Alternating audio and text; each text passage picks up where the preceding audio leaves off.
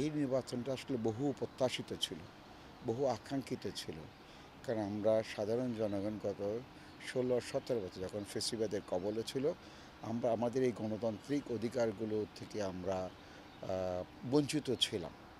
কোনো ক্ষেত্রে আমরা আমাদের যে মৌলিক অধিকার, নাগরিক অধিকার, রাজনৈতিক অধিকার, ধর্মীয় স্বাধীনতা কোনো কিছুই আমরা করতে পারিনি। সেই কারণে আমাদের আসলে দীর্ঘদিন থেকে আমরা ক্ষুধার্ত হচ্ছে এইগুলো পাওয়ার জন্য। এবং আপনি নিজেই বললেন একটা অভূতপূর্ব নির্বাচন গতকাল সম্পন্ন হয়েছে। অবশ্যই আমি তাতে অন্তর্বর্তী সরকারের সকল উপদেষ্টাদেরকে, আইনশৃঙ্খলা বাহিনীর সদস্যদেরকে, নির্বাচন কমিশনকে এবং যে সমস্ত রাজনৈতিক দল নির্বাচনে অংশগ্রহণ করেছেন সবাইকে ধন্যবাদ। এখানটা কারো একার কোনো আসলে কৃতিত্ব নয়, সবার একটা সম্মিলিত প্রয়াসের কারণে আমরা যে ইচ্ছা থাকলে ভালো কিছু করতে পারি সেটা একটা প্রমাণ আমরা দিলাম।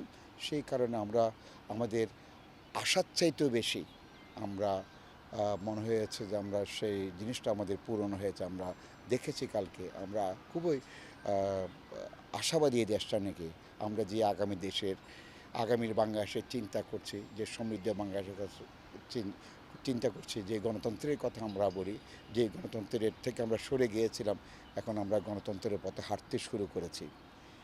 আসলে রাজনৈতিক দলগুলো যদি সদিচ্ছা থাকে এবং সবাই মিলে যদি আমরা দেশটার কথা চিন্তা করি, আর আমাদের যারা জনগণ তাদেরকে যদি আমরা বোকা না ভেবে আমরা যদি তাদের যথার্থ মূল্যায়ন করে থাকি, তাদের মনস্তত্ত্বকে বোঝার চেষ্টা করি, তাহলে দেশটা আসলে অনেক সুন্দর হবে। যা কালকে হয়েছে, এখন যারা ক্ষমতায় আসবেন, বিশেষ করে তো বলাই যায় যে বাংলা জাতীয় দল 2/3-এরও বেশি ভোট পেয়ে যখন বিজয়ী হলেন, তাদের উপর অনেক দায়িত্ব বর্তাচ্ছে এখন। তাদের কাছ থেকে আরও বেশি প্রত্যাশা, তাদেরকে বাধা দেওয়ার কেউ নেই, তাদের এত বেশি সংখ্যাগরিষ্ঠতা। সুতরাং আমি মনে করি বাংলা জাতীয় দলের যারা নির্বাচনী সদস্য এবং সরকার যে বাংলাদেশের মানুষের সেই আশা আকাঙ্ক্ষাকে পূরণ করবেন, যে আশা নিয়ে যে দায়িত্ব তাদেরকে দিয়েছেন, তাদেরকে যে আমানত দেশে দিয়েছেন, সে আমানত ওনারা রক্ষা করবেন। তারা আরও সুন্দর বাংলাদেশ আমাদেরকে উপহার দেবেন। প্রার্থী নির্বাচনের ক্ষেত্রে বিএনপি অসম্ভব বিচক্ষণতার পরিচয় দিয়েছেন এবং ওনারা ভোটারদের মনস্তত্ত্বের বিষয়ে অনেক বিশ্লেষণ করেছেন, পর্যালোচনা করেছেন, গবেষণা করেছেন এবং কোন প্রার্থী দিলে এবং কোন ইশতেহার দিলে তারা এবং কোন কর্মপন্থা তারা জনগণের সামনে আনলে তারা ভোটের মাঠে ভালো ফলাফল করতে পারবে সেটা বুঝেই কিন্তু তারা নির্বাচনী ম্যানিফেস্টো দিয়েছেন, প্রার্থী বাছাই করেছেন। আপনারা দেখেছেন প্রার্থী বাছাইয়ের ক্ষেত্রে কিন্তু বিএনপি অনেকগুলো আসন কিন্তু বারবার পরিবর্তন করেছেন। কারণ আপনারা সবাই জানেন দীর্ঘ 17 বছর আমরা আপনাদের মাধ্যমে জেনেছি যে তারেক রহমান সাহেব, বিএনপি চেয়ারম্যান সাহেব বা ওনার এই বিদেশ থাকাকালীন সময়ে উনি অনেকগুলো নিয়ে গবেষণা করেছেন। ওনার অনেকগুলো টিম আছে এই গবেষণা পরিচালনা করার জন্য। উনি অনেকেরই পরামর্শ নিয়েছেন, বিশেষজ্ঞের পরামর্শ নিয়েছেন, দেশে বিদেশে সবার পরামর্শে উনি এই নির্বাচনী কর্মকাণ্ডগুলোকে পরিকল্পনা করেছেন, সাজিয়েছেন এবং আমি মনে করি ওনার পরিকল্পনা সঠিক ছিল। ওনার এবং যে পরিকল্পনা সেটা বাস্তবায়নও সঠিক ছিল। সে কারণে উনি আসনের ওপর রেজাল্ট পেয়েছেন, বরঞ্চ আরও বেশি পেয়েছেন বলে আমরা মনে করি। এইটার পেছনে আপনি দেখেন, যখন আপনি গণতন্ত্রকে ঢেকে রাখবেন, গণতন্ত্রকে যখন চেপে রাখবেন, তখন উগ্রবাদী বা এই সমস্ত মৌলবাদী সংগঠনগুলো কিন্তু বেশি বেশি সুযোগ পায় তাদের রাজনৈতিক চর্চা করার জন্য।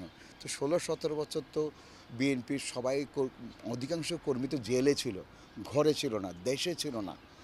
তাদের এক একজনের বিরুদ্ধে কয়েক ডজন করে মামলা ছিল। কারো আমি শুনেছি কোনো সিনিয়র নেতাদের বিরুদ্ধে প্রায় শখানেক মামলাও ছিল। তাদের রাজনৈতিক কর্মকাণ্ড একেবারে শূন্যের কোঠায় ছিল। বা যাদের কথা আপনি বলছেন তারা তো রাজনীতি করেছেন, ছদ্মবেশে করেছেন, গোপনে করেছেন, অন্যদের আশ্রয়ে করেছেন। যারা আমাদের ফেসিবাদী সরকার ছিল, ফেসিবাদী দল ছিল, তাদের ছত্রছায়া তারা করেছেন, তাদের আশীর্বাদ পোষ্ট হয়ে তারা করেছেন। সেই সুযোগটার কারণে তাদের কিছুটা ভোট বেড়েছে, বাট জেতার মতো হয়নি, কিন্তু তাদের ভোট বেড়েছে, এটা আমাকে অস্বীকার করার জন্য নয়। সেই কারণে আপনি হয়তো বলতে পারেন যে একটা আসন তারা বেশি পেয়েছে। এইটা নিশ্চিত করে বলা যাবে না, বাট ভোটের কয়েকদিন আগে থেকে তাদের যে সমস্ত কর্মকাণ্ড আপনাদের মাধ্যমে দেখছিলাম, শুনছিলাম, প্রকাশ পাচ্ছিল, সেগুলো তো তাদের রেজাল্ট আমি মনে করি একটা নেগেটিভ প্রভাব পড়েছে। যে সমস্ত ঘটনা প্রবাহ আমরা দেখেছি, যেগুলি নির্বাচন আচরণবিধি পরিপন্থী, যেগুলো নির্বাচনে যেগুলো করা যায় না, সেগুলো আমরা দেখেছি আপনাদের মাধ্যমে। আমি খোলাসা করে বলতে চাই না, আপনারা জানেন। সেই কারণে আমার একটা আরও ভোট তারা হয়তো যদি পাওয়ার থাকলেও সেই জায়গায় হয়তো নেগেটিভ প্রভাবটা পড়েছে, হয়তো ভোটের পরিমাণ কমে গেছে। আপনি দেখবেন বিএনপির চেয়ারম্যান তারেক রহমান সাহেব কালকে ভোট কেন্দ্রে ওনার ভোটাধিকার প্রয়োগ করার উনি বলেছেন প্রথমত আমার দেশের মানুষের নিরাপত্তা। উনি আইনশৃঙ্খলা এবং দেশের নিরাপত্তাটাকে উনি প্রাধান্য দিয়েছেন। আপনি দেখেছেন নির্বাচন ইশতেহার দেখেছেন, ডিজিটাল বাংলার কথা বলেছেন, সোশ্যাল নেটওয়ার্ক বৃদ্ধির কথা বলেছেন, বিনোদনকে ভাতার কথা বলেছেন, হ্যাঁ, যুবকদের ট্রেনিংয়ের কথা বলেছেন এবং উনি আরও বিভিন্ন 1 কোটি কর্মসংস্থানের কথা বলেছেন। তো এগুলো করতে গেলে অবশ্যই বিএনপি একা পারবে না, সবার সহযোগিতা লাগবে। বিএনপি এখনও বলেননি যে কাউকে বাদ দিয়ে দিবে। উনি আগেই বলেছেন যে উনি অনেকের সঙ্গে অনেককে সাথে রেখে উনি সরকার পরিচালনা করবেন। দেখা যাক, মাত্র ইলেকশন হলো, শপথ গ্রহণ করুক, সরকার গঠন করুক, তারপরে হয়তো আমরা বলতে পারবো উনি যে 31 দফা দিয়েছেন, ওনার মায়ের যে 19 দফা ছিল এবং নির্বাচনে যে ইশতেহার দেওয়া হলো তার থেকে ওনারা বিচ্যুতি করছেন না, সেটাকে ওনারা পালন করছেন। এবং যে ঐক্যমত কমিশন যে জুলাই সনদও কিন্তু তারেক রহমান আমাদের বাংলার জাতীয়বাদী দল কিন্তু সেটাকে সই করেছেন। সুতরাং ওনাদের অনেক কিছু বাধ্যবাধকতা আছে। সুতরাং সময় বলে দেবে আসলে যে ওরা কোন দিকে এগোচ্ছেন।